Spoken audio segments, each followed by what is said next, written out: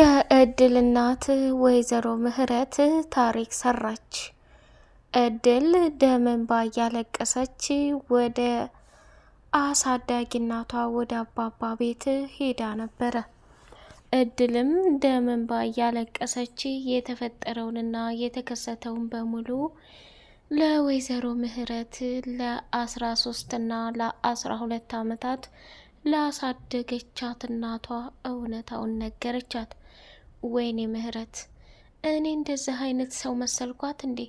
አሁን ቀጥ ለጥ ብለሽ ወደ ገነት ቤት እንድትወስጅኝ እፈልጋለሁ ብላ አለቻት።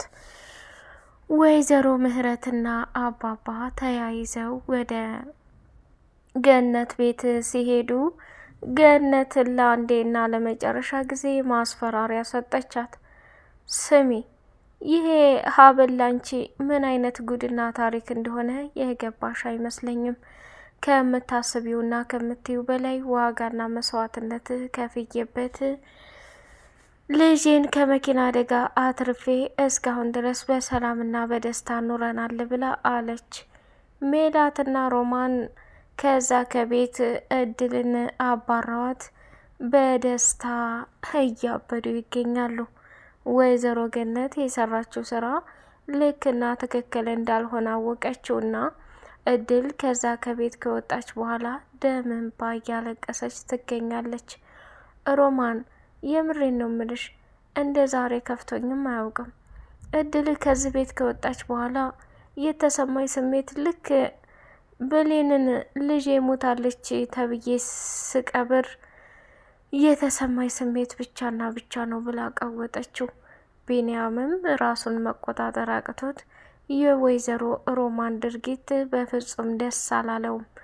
በመጨረሻም ደግሞ ይህንን የአንገቷን ጌጥ እንዲሰረቅ ያደረጋችሁት እናንተ ናችሁ። እናንተ ደግሞ ይህንን ነገር ከማድረግ ወደ ኋላ እንደማትሉ 100% እርግጠኛ ነኝ። እኔ ቢንያም አሁን ላይ እያደረግሽ ያለውን ነገር በሙሉ ፊት ለፊት እንደማጋልጥሽ ወቂ ብሎ አላት። ቢኒ፣ ምን ነው የቆሎ ጓደኛ አደረግከኝ? ይህንን ያክል እንደዚህ ራስ ወዳድ አትሆን እንጂ ቢያንስ እንኳን ባላሳድግህ 9 ወር በሙሉ ተሸክሜ የወለድኩት እኮ እናትህ ነኝ ብላለችው። ሮማን፣ በተደጋጋሚ ልንገርሽ፣ እንዳንቺ አይነት እናትነት ቢቀርብኝ እመርጣለሁ። አንቺን እናት አድርጌ ከምቀበል ሞቴን እመርጣለሁ ብሎ ተቃጠለ። በጣም በሚያሳዝንና በሚገርም ሁኔታ እንግዲህ እድልም ራሷን መቋቋም አቅቷት ወይዘሮ ገነት የልጄን ሀብል የወሰድሽው አንቺ ነሽ ብላ መቃብር ቦታ ላይ ልታለቅስ ሄደችና እድል ላይ አንገት ስታይ ራሷን መቆጣጠር አቃታት።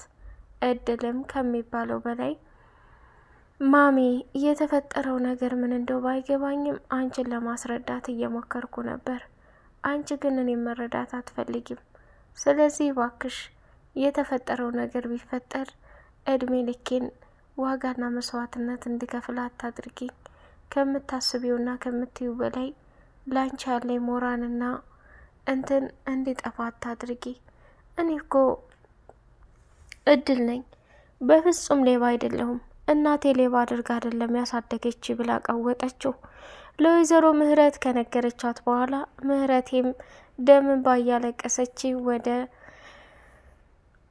እድል እናት ገነት ቤት መጣችና የተፈጠረውንና እየሆነ ያለውን ነገር በሙሉ ስትነግራት እጅግ በጣም በጣም አዘነችና አሁን ቤቱን ይዘሽ ሂጂ፣ የኔ ልጅ ሌባ ተብላ የኔ ልጅ የሰረቀች ሴት ተብላ እድሜ ልኳን ስትሳቀቅና ስታለቅስ ማየት አልፈልግም። ምን አይነት ንቀት ነው? ምን አይነት ብልግና ነው? አለችና የአባባ ሚስት ሰተት ብላ ወደ ወይዘሮ ገነት ቤት የተፈጠረውን ነገር በሙሉ ለማስረዳት ሞከረች። ይሄን ነገር እንግዲህ ያደረጉት እና ጌጡን የሰጧት አባባ እንደሆኑ 100% አይተናል ማለት ነው። እድል ደግሞ ይሄ ነገር የራሴ ነው የማንም አይደለም እያለች ሜላትን ብትላትም በጭራሽ አላመነችም። ይባስ ብላ እንዳንቺ አይነት ከሃዲና የውሸት ውሸታማ አይቼም አላቅም ብላ በጥፊ ጠፈጠፈቻት። ሰላም ሰላም ሰላም! ውድ የተከበራችሁ የተወደዳችሁ የአዜቲው ቤተሰቦች እጅግ በጣም ተወዳጁና በጉጉት ስንጠብቅ የነበረው የእድል ድራማ እንደቀጠለ ይገኛል። ቻናሉን ላይክ፣ ሰብስክራይብ እያደረጋችሁ ለምታበረታቱኝ ውድና መልካም ቤተሰቦቼ አመሰግናለሁ። እጅግ በጣም በጉጉት የምንጠብቀው የእድል ድራማ እንግዲህ ከባድና አደገኛ ነገር ይዞ መጣ። ቢኒያም መቼም አባባ ጋር ገጠር ስለተዋወቀ እድል ይሄንን ነገር የሰጡኝ አባባ ናቸው ታሪኬ ነው ብላ ስለምትናገር ቢኒያም ሰተት ብሎ ወደ ገጠር ሂዶ አባባን አምጥቶ እንደሚያዋርዳትና እየተፈጠረ ያለው ነገር ልክ እንዳልሆነ እንደሚያሳያት ግልጽ ነው። ቢኒያም በተደጋጋሚ እድል ይቅርታ እንድትለው ጥረት እያደረገ ነው። ምክንያቱም እድል ላይ የሚፈልገው ጸጉር የዲኤንኤ ምርመራ ለማድረግ ቆርጦ ስለተነሳ እንዲሁም ደግሞ የማደጎ ቤት ኃላፊው ሰውዬ በእንደዚህ አይነት መንገድ ነገሮችን መጨረስ አለብህ፣ በዚህ አይነት መንገድ ካልሆነ እመነኝ ምንም ጥሩ ነገር አይገኝም እያለ ብሎታል ማለት ነው። እሱም በጣም በጣም ተደንቆ እንደዚህማ ልታታልለኝና እንደዚህ በቀላል እጅ ልሰጥ አልችልም፣ ምክንያቱም እኔ ቢኒያም ነኝ። አሁን የገዛ እናቴ ተብዬዋ እያደረገች ያለው ነገር ልክ እንዳልሆነ አውቃለሁ። መርማሪ እባክህ የሆነ ሀሳብ ስጠኝ ብሎ ሲለው ቢኒያምን ለአንዴና ለመጨረሻ ጊዜ የዲኤንኤ ምርመራ እንዳደርግ ምክር ሰጠው። በዛ ላይ ደግሞ መቃብሩ ላይ ሂዳ ስታለቅስ ያለ አማራጭ ማየት ነው። ከዚህ ውጭ ምንም የምታደርገው ነገር የለም። ቢኒ እድል እና ወይዘሮ ገነት እናትና ልጅ መሆናቸውን ማጋለጥ የሚጠበቅብህ አንተ ብቻና ብቻ ነህ ብሎ ተናገረው ማለት ነው። እድል እንግዲህ ባልጠበቀችውና ባላሰበችው መልኩ ይሄንን ዱብዳ ልትሰማ ትንሽ ቀን ቀርቷል። ምክንያቱም ቢኒያም ወንድሟ መሆኗን ስታውቅ እንዴት ይሰማት ይሆን? ሜላትና ሮማን እንግዲህ ከሚባለው በላይ የእድልን መኝታ ቤት እየፈተሹና እየበረበሩ ምን እንዳለ ሻንጣዋ ላይ የወሊድ መቆጣጠሪያ አግኝታ ቀወጠችው። እንዴት እንደዚህ ልታረግ ትችላለች? ማሚ አንቺ ትምህርት ትማሪያለሽ ብለሽ ትምህርት ቤት ትልካያታለሽ፣ እሷ ግን እንደፈለገች ከማንም ጋር እየዋለች ነው። ምክንያቱም ይሄ ነገር ምን ያደርግላታል ብላ ቀወጠችው። እኔ ራሷ ስትመጣ መጠየቅ አለብኝ ብላ ገነትም ስትጠይቃት እድል አዎ የወሊድ መቆጣጠሪያው ከኔ ጋር ነበረ ብላ አለቻት። እንግዲህ ለምን እንዴት የሚለው ጥያቄ እንዳለ ሆኖ ከሚባለው በላይ ዋጋና መስዋዕትነት የከፈለላት ወንድሟ ቢኒያም ይሄን ነገር ለመሸፈን ሲል ወይዘሮ ገነት የአንገት ሐብሉን እየፈለገች ሳለ በጣም ከሚባለው በላይ እንደሌለና ከዛ ቦታ ላይ እንደሰረቋት አስባ እያለቀሰች ነገረችው። እባክሽ ማሚዬ ተረጋጊ፣ ሁሉም ነገር ለበጎ ነው። ከምታዩና ከምታስቢው በላይ ሁሉም ነገር ተስተካክሎ ደስተኛ የምንሆንበት ቀን ይመጣል። ስለዚህ አሁን አንቺ ያለሽ አማራጭ ቢኖር ከምታስቢውና ከምትዩ በላይ ነገሮችን ወደፊት ማየት ነው ያለብሽ። እድል በፍጹም ሌባ እንዳልሆነች 100% እርግጠኛ ነኝ። ወይ እነዚህ ተንከሲስ ቀይረውብሽ ሊሆን ይችላል። አንቺ የሚፈልጊውም ጌጥ ይገኛል። ተረጋጊ ብላ ስትላት በጣም ደነገጠችና ቢኒዬ ምን ሆነህ ነው? እኔ እኮ በዚህ ነው ትዝታዬ ሁሉ እንትን ያለው። የልጄ 2 ጌጥ ነበር፣ አንደኛው አብሯ ተቀብሯል፣ አንደኛው ደግሞ ከኔ ጋር ነው። ስለዚህ ይሄ በፍጹም ሊሆን አይችልም ብላ ስትናደድ ቢኒያም የተቻለውን ሁሉ ለማድረግ ሞከረ።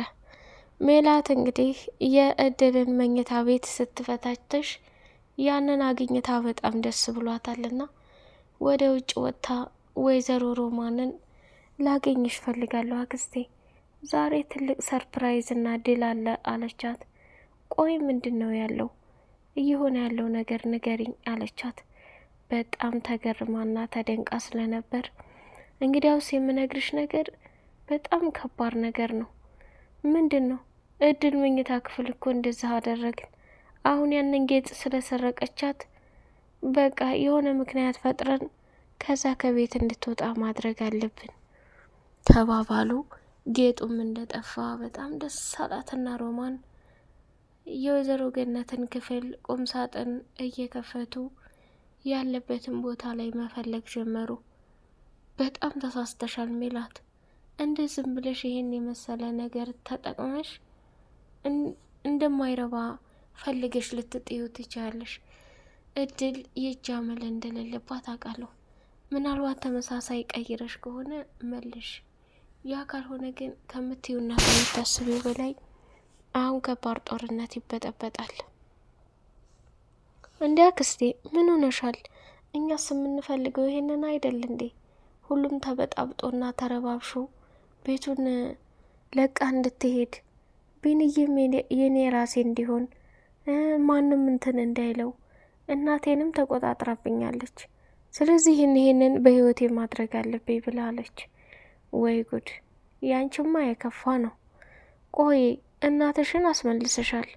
ቢኒያም ላንቺ ለመሆኑ ግን ይሄን ያህል አትደሰቺ። አንደኛ አልጠየቅነውም፣ ሁለተኛ እህቴ ብሎ ነው የሚያስበው። በድንገት ይሄን ነገር ስታደርጊ ወደ ሌላ ክፋትና ተንኮል ሊመስል ስለሚችል አንቺም አደጋ ላይ ባትወርቂ በጣም ጥሩ ነው ብላ ገነት ለሜላት መናገር ጀመረች። ሜላት በቢኒያም ፍቅር እያበደችና እየተቃጠለች ትገኛለች። እድል ለብቻዋ ቆመችና የተፈጠረውን ነገር ይቅር በይኝ እያለ እየለመናት፣ እሷም በፍጹም የሚጠየፉትን ሰው የማያምኑትን ሰው አብሮ መቀጠል አይችልም። አንተ ደግሞ በሰዓቱ አጠገብህ እንድደርስ ይቅር እንድልህና ከጎንህ እንደሆን አልፈለክም። አሁን ምን ተገይቶ ነው ከኔ የምትርመጠመጠው ብላለችው። እንግዲህ እድልም ልብሷን እየቆጣጠረች እያለቃቀሰች ሳለ የሰው ቤት በጣም ያሳዝናል።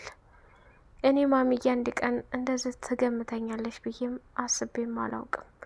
ጭራሽ ልጄ ነሽ እያለች በገዛ ጌጤና በገዛ አንገት ሀብሌ እንድትለኛለች ብዬ በፍጹም አልጠበቅኩም ነበር። አሁን ላይ ግን ከሚባለውና ከሚነገረው በላይ ትልቅና ከባድ ነገር ተፈጥሯል። ያለኝ አማራጭ ቤቱን ለቅቄ መሄድ ነው ብላ ወደ ትምህርት ቤት መሄድ አልፈለገችምና እድል እኔ ቃል ገብቼልሻለሁ፣ አንቺ ሌባ ብትሆኝም ያደረሽውን ነገር ብታደርጊም አይገርመኝም። ስለዚህ ትምህርትሽ እንድትማር ይፈልጋለሁ። ወደ ትምህርትሽ ሂጂ፣ ምግቡንም እኛ እንሰራዋለን ብላ አለቻት። እንዴ ማሚ፣ መቼም ሰራተኛ ተቀምጦ እኛ እዚህ ልንርመጠመጥ አይገባም። በዛ ላይ ሌባና አስመሳይ ሰው ከትምህርት ቤት መቅረት አለባት እሷ። እንደውም ዛሬ እኔ ሄጄ እዛ ትምህርት ቤት እድል ሌባ እንደሆነች ለተማሪው በሙሉ አዋርጄ ነው የምነግራቸው ብላ ስትል፣ ቆይ አንቺ የፈለግሽውን ነገር ብታደርጊ እልክ ውስጥ አታስገቢኝ አለቻት። እንግዲህ እድል ከወይዘሮ ገነትና ከሜላት ጋር ከባድ ድብደባ ሳሎን ላይ እየፈጸሙ ሳለ ቢኒያምም በጣም ተገረመና እነሱን ፍጥጥ ብሎ ማየት ጀመረ። በመጨረሻ ላይ ሁለቱንም ረግጣ ተወቻቸውና ከዛ ቦታ ላይ ውልቅ ብላ ሄደች። እድል ምን ያህል ጀግና እንደሆነች ለሁለቱም አልተመለሰኝ። መጨረሻ ላይ ሜላት ተፈራግጣ ተነሳችና ሮማንም እዛው እያቃሰተች ስለነበር፣ ወይ አክስቴ በጣም አዝናለሁ፣ የራስሽን ነገር ራስሽ አድርጊ፣ ከምትዩ በላይ በጣም ታሳፍሪያለሽ፣ እዚሁ ስትርመጠመጭ ኑሪ ብላ ሜላት ራሷን አመለጠችና ሄደች። ወይዘሮ ገነት እጅግ በጣም አዘነች። የእድልን ቦርሳ ፈትሸው ከቤት አባረሯት። ገነትም ዝም አለች። መጨረሻ ላይ ቆይ ልጄ ብላ ስትል እድልም ተሰናብታ ሄዳለች ማለት ነው። መንገድ ላይ ከሄደች በኋላ ትመለሳለች ብለን ስንጠብቅ ቢኒያም መጣና የአንገት ጌጡ በቢኒያም እጅ እንደሆነ አውጥቶ ሲሰጣቸው ሁላቸውም ደነገጡና ራሳቸውን መቆጣጠር አቅቷቸው ድርቅ ብለው ቀሩ። ሮማን እና ሜላት በሚገርም ሁኔታ አፈሩ። ገነት እድል ላይ ባደረገችው ነገር ራሷን መቆጣጠር አቃታት። በቀጣይ ፓርት እስከምንገናኝ ሰላማችሁ ይብዛል።